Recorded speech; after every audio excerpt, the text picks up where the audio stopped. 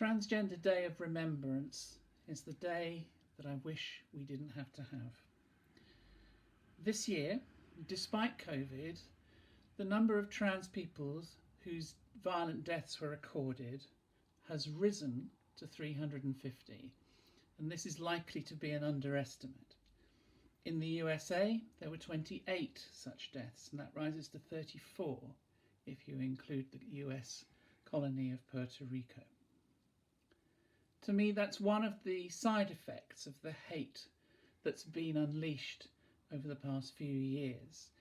Gallup produced a report last week which showed that 80% of trans people have experienced a transphobic hate crime in the last 12 months, with almost 70% saying they'd amended their daily routine and over half saying they were now more afraid to leave their own home. 1 year soon, I hope the report will detail fewer deaths than the year before. But I think there is hope. With a new president in the White House, with changes in number 10, and subtle changes to the way the media is reporting on trans issues again. But today we remember those souls who lost their lives to violence in the last year, and may they rest in peace.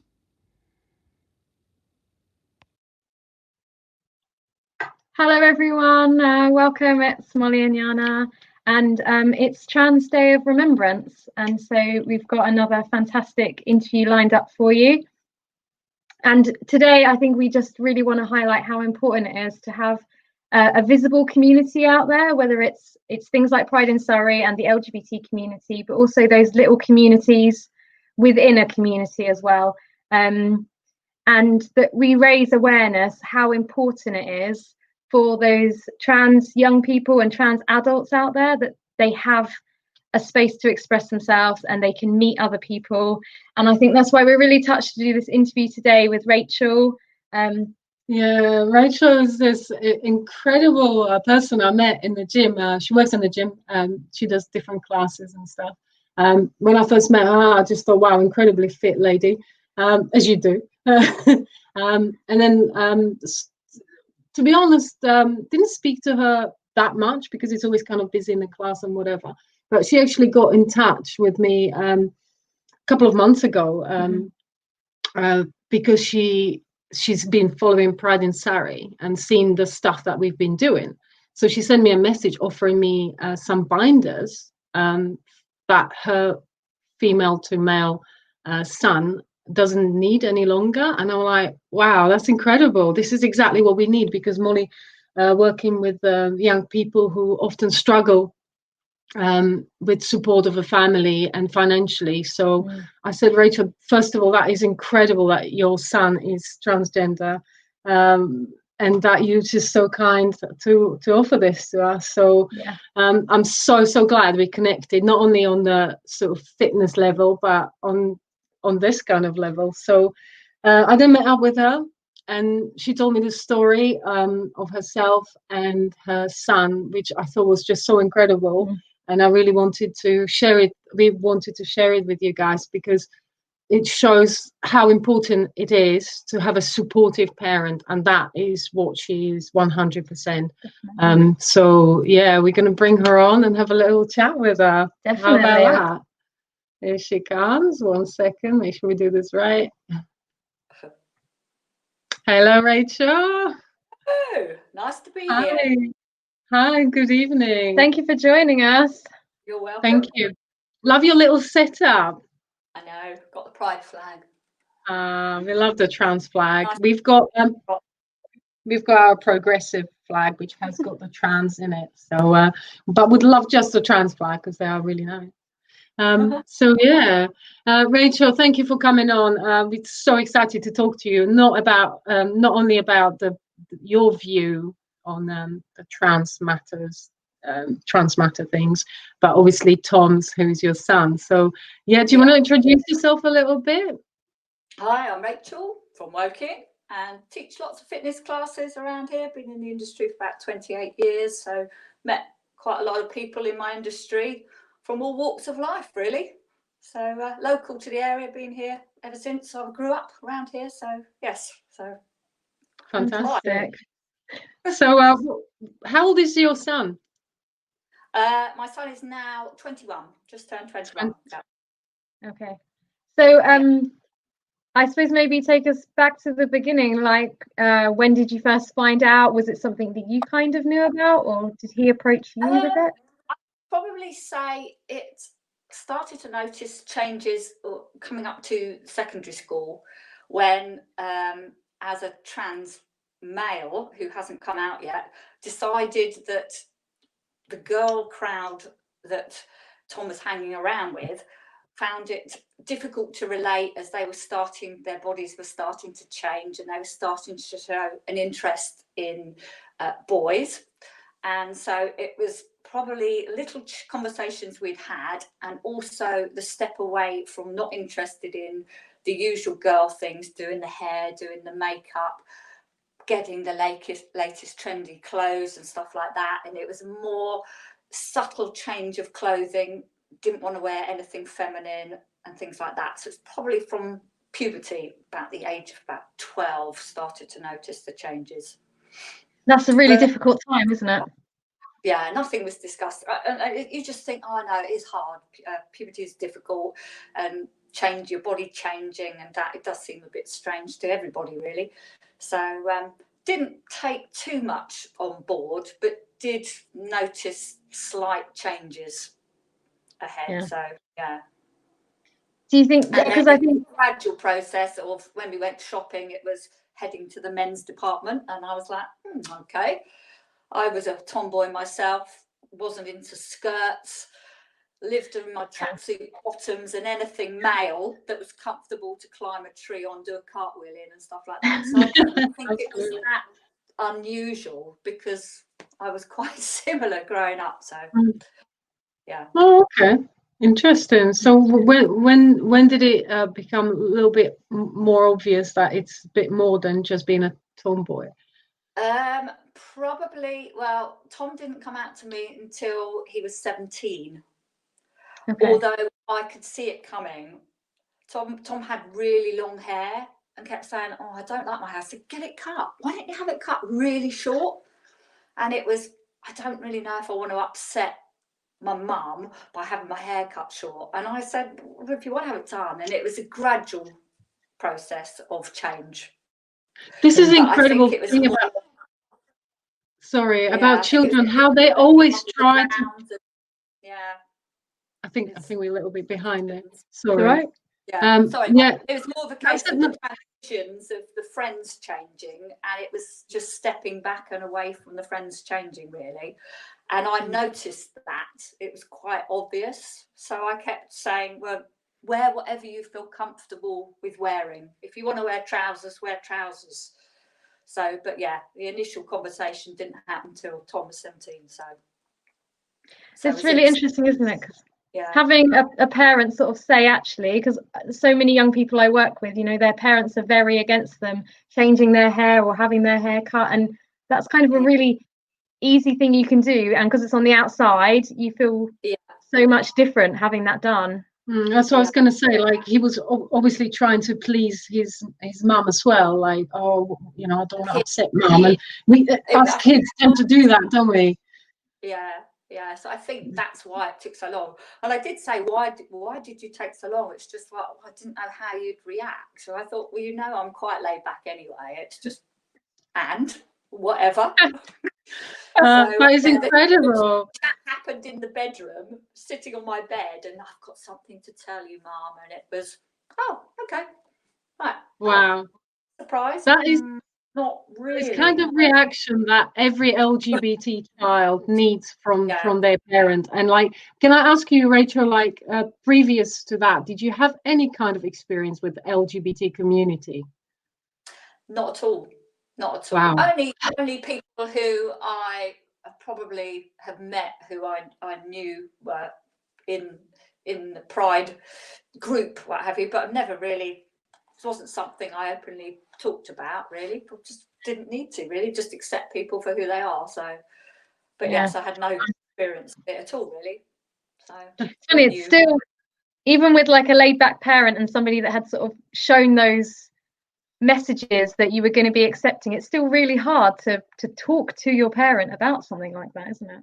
Definitely is. I take myself back to my childhood when you want to tell your parents something, it's like, how are they going to react? But yeah, it's the scariest thing that, you know, any child has to do, is to tell parents something so important. Yeah. So yeah, it's very important that the parents educate themselves on these things, and their reaction is hopefully positive, because, you know, that can have such a bad impact on the kid. If their reaction is negative, it can really make a lot of difference. Well, it's been a very, very interesting learning curve for me, learning all about transgender. I suppose I'd watched documentaries before in the past about it, and there's always an element of, oh yeah, curiosity, I suppose, to a certain thing, but never in my wildest dreams did I think my child would come up to me and say, Mum, I want to change sex. It was something I read about in a magazine or saw on a documentary, but it happens to me, and that was it. And it was just, okay, we'll deal with it, that's fine. Wow, fantastic. I mean, where did you kind of go? What was the first thing you did? Like, did you find support groups, or did you go online? So, personally, I hit onto Facebook and went onto the Mermaids Parent Support Group and found lots of information there. So asked quite a few questions, what have you. So as a parent, as a transgender child, so it was quite informative, and from there we just did lots of research on YouTube, Google, things like that. Really, I met up with a lady who also had a female to male child. I met up with two actually, which I'd been put in touch with a friend of a friend who knew of them, who lived locally, and we met up and went for a drink and exchanged a few discussions between us, really, as parents, what have you, and it was good. That was the support I had, along with obviously online, which isn't quite the same as face to face, but it's also helpful. I think that's the thing. Sorry, it's so important, isn't it, that the parents have support as well and can kind of get guidance from other parents as well as the young person, because it's a learning curve for the parents. Because if you ask around, nobody's dealing with that situation as far as you know. You feel like you're the only one. So yeah, reaching out for that extra support was a bit of a lifeline, really. It was also, the other thing is, it's me telling my family as well as coming out to the grandparents, my sister, my brother, my dad, or what have you. It's then me having to deal with their reaction without having Tom be upset by their first reaction. It's like, oh, are you sure you're doing the right thing? Oh, isn't it a phase? Because it's always that thing. Oh, they must be going through a phase. Well, actually, no, it's not a phase. And that was the hardest bit for me, was I didn't have any prejudice from people, but I had their opinions put on top of my shoulders and had to deal with that sensibly and effectively without upsetting Tom about some of the things that people will openly say, not to Tom's face, but they're sad to me, and then I've had to deal with that. So being a bit more, educating them a little bit more, that's been an interesting that's what we always talk about. The education is the most important thing. But so obviously Tom had a lot of support from yourself and the family. What about his circle of friends and school? Because didn't he go to a religious school? Yeah, I think growing up in a religious school is put upon that heterosexual marriage is the done thing, and it's drummed into you. Boys marry girls, girls marry boys, and anything beyond that is not acceptable with the religious education. But underneath that religious umbrella, the people who are dealing with the education are normal people. They're people who've split up with their husbands, potentially some of them have gone through their own crisis. And when you went under the surface of the teachers and reached forward to ask for their support, in fact, they were very supportive. But unbeknown to the pupils who were going through that transition, they're not aware of that. It's, oh God, it's them and us, pupils and teachers. But in fact, when the initial time came to talk about it, they were very open, said, oh, it's happened loads of times before, don't worry about it. So I think for Tom wished he'd come out earlier to the school and allowed to wear trousers and feel much more himself. So but again, So education again, isn't it? It's the school needs to have a little bit more of an open policy with the children to allow them to step forward and talk if they need to have that support network. And I think that is still lacking quite a bit in schools at the moment. Yeah, definitely. You can see there's some schools that have definitely moved forward. I know some that I work in, and some obviously are still a little bit behind the curve. Yeah. But I think if there's a more supportive network, if they were to have, say, a group that children could reach out to for other people who are in the same situation, just the children's group would be a start as well, isn't it, really? So yeah, it's nice. I've seen a couple. Pardon? Sorry. It all happened quite late because Tom was in sixth form by the time it was decided I'm going to change my name and come out, so to speak. But all Tom's friends knew about it at the start of secondary school. Oh, okay. So, yeah, and they were very open and accepting. We had in the group of friends, there was another person who wanted to be female to male, a lesbian, and another one who was bisexual. So once one person started to talk about it, they were going, oh, well, actually, funny enough, I've got something to tell you all as well. And it was quite nice. It was a lovely little open group support network. So, and nobody was horrible to anyone about their sexuality. It was great. So it was good. That is incredible. That's what we need more of, and I think it is definitely getting better. Like, I mean, not only I was living in a different country anyway, which is so behind. So I mean, I didn't come out until I was 30, really, back home. But when I came to this country, I felt like I can be so much more open, and I came out when I came here.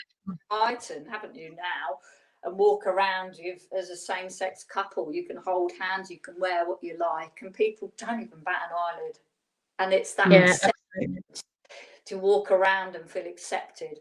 I think Tom didn't really have any prejudice growing up. I think there was one incident when we went. Tom went on holiday to Dubai, and people sort of questioned what toilet Tom was going in because Tom went into the male toilets, and it was a few funny looks there because in that sort of culture it's very frowned upon. So there were a few funny looks and are you in the right thing? And Tom just ignored it. I went to where I wanted to go, and that was that. And then one incident in the park when someone said, are you male or female? And Tom just walked off and ignored it and just carried on. So, but hasn't really dealt with any problems, really. The toilet thing can be so depressing because me growing up, I was a bit of a tomboy, and although I was a girl and happy to be a girl, I did look like a boy. But whenever I went to female toilets, people thought I was a boy, and they weren't happy about me being there. And that really, really hurt me a lot of times, like to a point where I started thinking, well, should I be using male toilets just to avoid embarrassment? And, that's not a nice feeling, because I as a woman, shouldn't feel like I have to go to a male toilet just to avoid the hurt and pain and upset. So the toilet thing is really, really... Oh, that's a massive, big thing, the toilet thing. Yeah, that's a big hurdle to step over. Especially when you look pre-pubescent and you just haven't got any facial hair or male look at all, and with the baby face, it was quite hard. But I think they said, put your shoulders back, walk in there, stand proud, and just go for it. So, that's so important, isn't it? Actually, if you can be strong enough to be like, no, I've made my decision, I know where I need to go to the toilet, and I'm going to go there. Yeah, and I think now, like, a lot of the universities are having gender neutral toilets and things like that, which makes the transition a little bit easier. And I think maybe there should be a few more of those around now, but there aren't that many around. But that No, because I see a bit easier. yeah, there's places like ZZ's and stuff, and they've just got cubicles, and you know, it just says male, female, or you know, it's got two images. Yeah. Toilet, exactly. And Toilet. why not? I mean, The toilet, It's yeah. a toilet. Yeah. I know. Why people judge people that go to toilet? Just go to toilet, do your business and get out. Don't judge people, you know. I guarantee most trans people will know where they can go to the toilet and where they can't. When they're gender neutral toilets, when there's just one toilet that everyone uses, you say, "Well, I'm going there." yeah. Get to know where they all are. Mm. So, yeah. Oh, that's great. That's really interesting. So how long has Tom, if you don't mind us asking, been on testosterone? It's been 1 year, 1 month. Wow. So Yeah. And obviously it started off with Testosterone, and which is the gel that you rub up your arms, and then from there on, it's now been on to injection. Been on injection for 6 months now. So just recently had the injection last week, the second one. Oh, they last 3 months. 1, 2. I can't remember if I had 3 or 2 now, but yes. So would you normally transition to change is quite profound. already? Actually, within weeks, the voice was changing. Oh wow. Wow. That must be really good. He must be so happy for that. Oh, absolutely, because that's the thing. That's key pin changer, isn't it? If you are trying to pass as man and your voice is higher than all your friends. So it was great. It was like, oh, look at me, I can go really deep now. So yeah, that was a really good. You could see the confidence starting to grow. So yeah. That's good. So important. Fantastic. I think we spoke about one of the problems is waiting times on the NHS. Yeah. When we went to the GP, they first of all were interested in doing like a psychiatric assessment, which we actually bypassed, fortunately for that, and then got referral up to London for the transgender clinic. And that waiting list at the time was 6 months. It is now over 18 months. The waiting times are so long, but you have to have 2 assessments with them before you'd even considered private surgery or NHS. I think NHS is actually 3 appointments with the transgender clinic before they'd actually allow you to have surgery on the NHS, whereas it's only 2 if you go private, which is why we ended up funding the private one. So saved up the money and had the operation, top surgery done privately. So that's really fantastic. Yeah. So yeah, long waiting list means obviously the children growing up just want to be recognised as the sex they feel they are in. So if surgery helps, and it really helps their mental well-being, without a doubt. It was like, hey, went from holding the shoulders forward to suddenly look, top off. Hey, look at me. I can take my top off now. It's just phenomenal change. Phenomenal. That's fantastic. Because didn't he have problem with his back pains and stuff because of the way he was kind of doing this?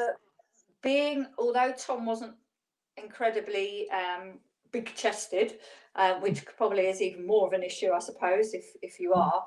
There was always that consciousness of, I don't want to be recognised as female in any way, shape or form. So it was baggy tops and hunching forward, bringing the arms forward. But unfortunately, when we went and saw the surgeon said you've actually developed a curvature of your spine, whereby you've hunched forward for so long, you've actually twisted your spine. So anyone who is looking to have surgery or who is very posture forward, just be very aware that it can in fact cause you long-term damage if you're constantly dropping your shoulders forward. So potential twist of spine. So it's very difficult. Say they all use binders or wear baggy tops or big hoodies that you can zip up so you sort of disguised your chest. So one of the downsides, I suppose, but hopefully we can rectify some of the posture positions with a little bit of physio. So some exercises that hopefully I can help to give to improve it a little Yeah, bit. definitely got the right mum for that. Definitely. And hopefully now he's so proud of his chest, hopefully that Oh, yeah, improved I posture know. will help. Now, because it's been so habitual of dropping the shoulders forward, I'm standing in the kitchen going, put your shoulders back, put your shoulders back. I said, don't need to hunch forward now. And it's, oh, yeah, okay. So it's just getting used to spending so many years with like this hiding to suddenly be going, yeah, I like this. So That must be such a relief to just feel just so much happier in yourself. Oh, without a doubt. I mean, you're so conscious of what you were wearing. Like you wouldn't wear white or anything that was tight. And swimming has always been an issue. How do you go swimming when you've got a chest and you want to cover it up? Yeah. So we researched swim binders and things like that, but they're fine. Binders are okay until you do lots of sport. And when you start doing, the more active you are, the shorter the length of time you can wear them. So something that to be aware of, that the fact that tight binders restrict your breathing. So you end up feeling a bit bruised around the ribs. So yeah, it's not ideal for long periods, is it? Not good, no. But This is it's really finding ways around it that you can still try and live your life in the body you want to be. So there are solutions out there like swimwear binders. It looked like rash vests. There's absolutely no way you'd have known there was a tight binder underneath it. So it was allowed Tom to go on holiday and go swimming, which was really good. Otherwise you feel you're missing out a little bit, don't you, when everyone else is? So definitely. And otherwise you kind of end up almost losing your childhood because you're wishing that you're somebody else and you're not enjoying all those moments. Yeah. It's just so educated. Though we haven't been on holiday this year, hopefully next year's swimming experience will be totally different. I bet. Off, yeah, I'm going in. Fantastic. I don't know if you don't mind me asking it. As a parent, I'm really looking forward to seeing that. So is Tom looking to have a bottom surgery as well?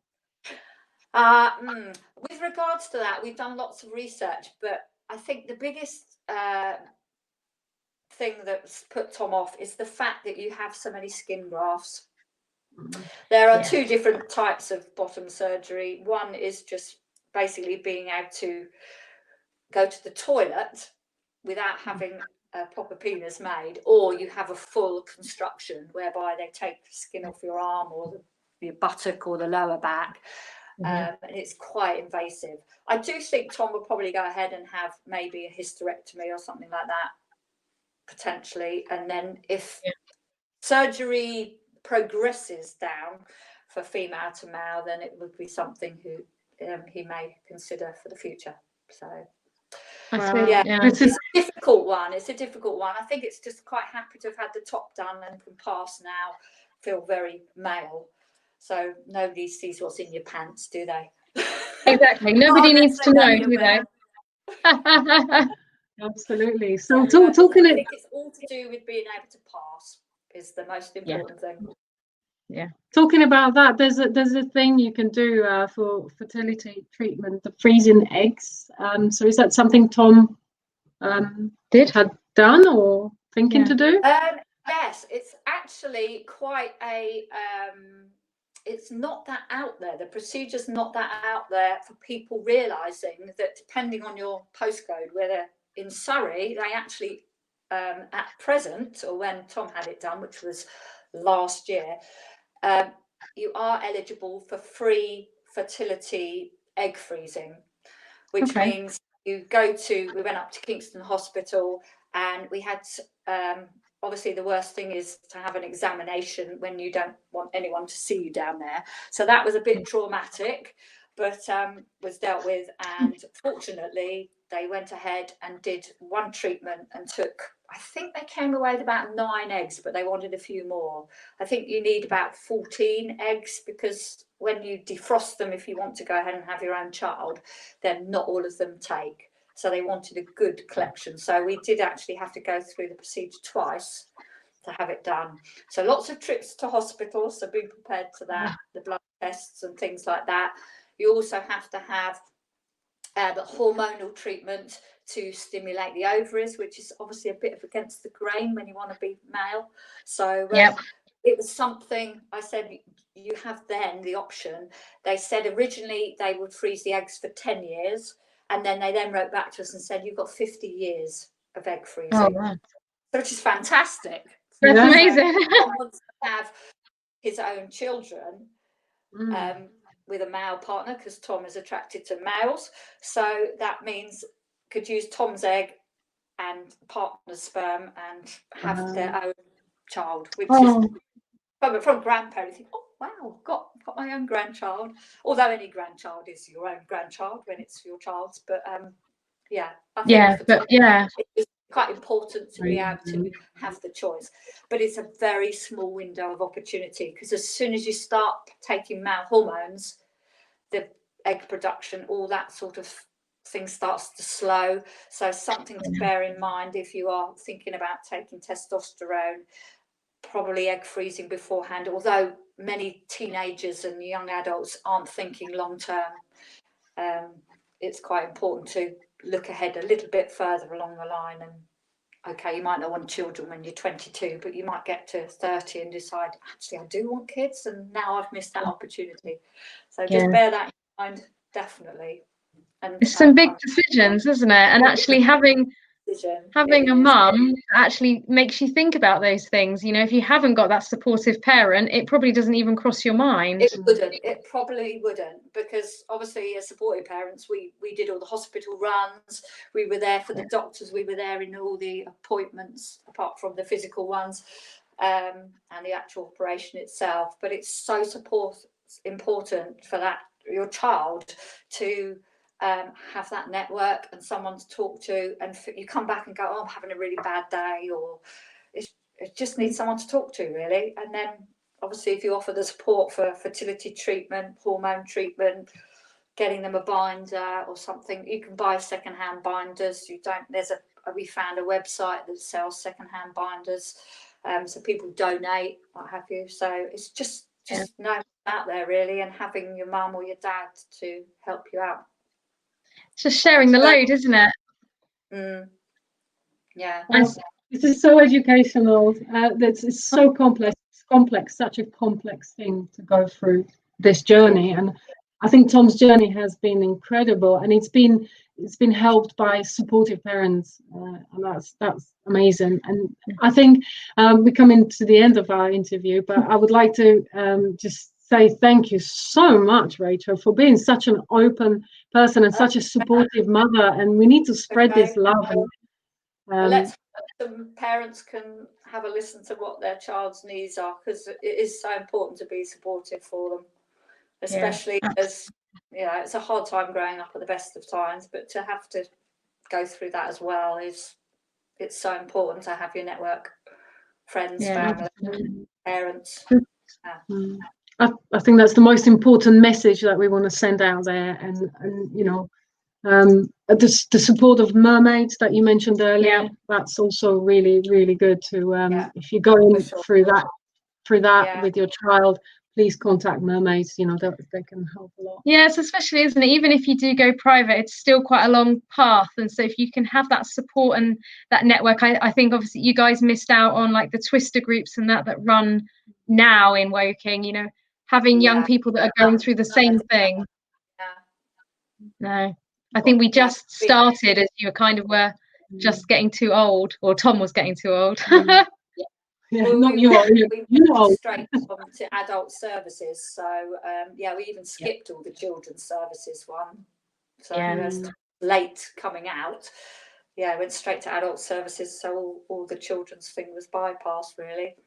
So, and it's there's more and more stuff out there now, especially with the small prides getting together, and especially like Pride in Surrey and that. But it's still just having somebody that's going through that journey that you can just talk to. So if you haven't got a parent that's really open, having another person that feels like you feel, I suppose. That having someone to talk to is really important for mental well-being, for sure. Definitely. Rachel, so please say massive thank you to Tom for, you know, letting us in and educating us, really, because I do feel like I'm educated We've all myself been even more. educated. It's been a good journey of education for sure. Yeah. Rachel, I believe this is not the last time I'm talking to you, because I'm really hoping to do some exercise with you too. So be ready, people. Watch this space. Watch this. Ready to make your legs ache. Oh, I'm really looking forward to it. You'll love it. I'm sure. Sounds good. I'm sure I will. But again, thank you so much. It's been absolutely incredible knowing you and meeting you and doing this with you. I'm just, honestly, it's fantastic. Thank you so much, Rachel. You're welcome. Right. Thank you. We'll see you again soon. We'll speak to you soon. Bye. Bye. Oh, wow. Guys, that was so educational. So amazing. Yeah, just goosebumps, you know, just listening to the story. It's really refreshing for me as a youth worker of so many young people that don't have that network of people around them. And that's what Twister gives me, that hope that actually there's youth workers out there that are prepared to spend time with those young people that don't have community and don't have parents and don't feel like they can come out and be safe. And you know, those youth projects are so important because it brings those kids together, and even if they don't want to talk to a youth worker, which pretty much they all do eventually, they've got other young people that feel the same. Because, you know, we go through adolescence and then we kind of forget what it's like to be a teenager and all those emotions going through. So, you know, having a support group and a supportive parent, it's what every person needs. But wow, that was fantastic. Isn't she wonderful? Such an amazing person. Thank you so much, guys. I hope you enjoyed our interview with lovely Rachel. And like I say, we'll bring her back as she's so fit. She's going to do some exercise for us as well. Definitely. And yeah, we really hope you enjoyed this, and feel free to share it with other people that you never know who you're going to meet and what their story is. So you never know when you might touch and change a life. So thank you so much for watching.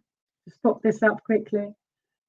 Just so people remember, if they are struggling and they do need help, us in Pride in Surrey can help you. You just need to text talk in capitals to 88440. Absolutely. No matter what your age, if you're a young person or if you're an adult, we will signpost you to the right services and get you some help and support. Absolutely. Thank you so everyone much for listening. Bye for now. Hi, I'm Hazell Dean. Kindness is accepting everyone for who they are. Kindness costs nothing. Be kind. It's simple. Spread pride, not hate.